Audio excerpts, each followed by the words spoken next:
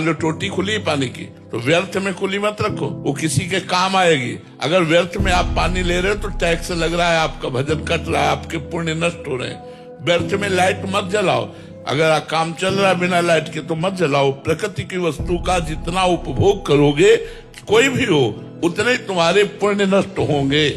तो प्रकृति का एक बूंद पानी भी फ्री नहीं, इसका भी टैक्स है।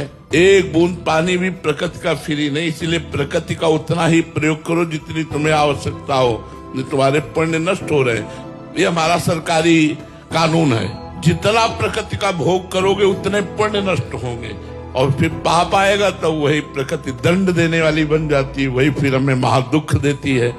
तो भजन करने वालों को जहाँ अहम ग्रह उपासना है, मैं भजन करता हूँ, वहाँ इन बातों से बचना चाहिए। और जो भगवान की शरण में है वो तो जोई जोई प्यारो करे सोई मोहि भावे। महलों में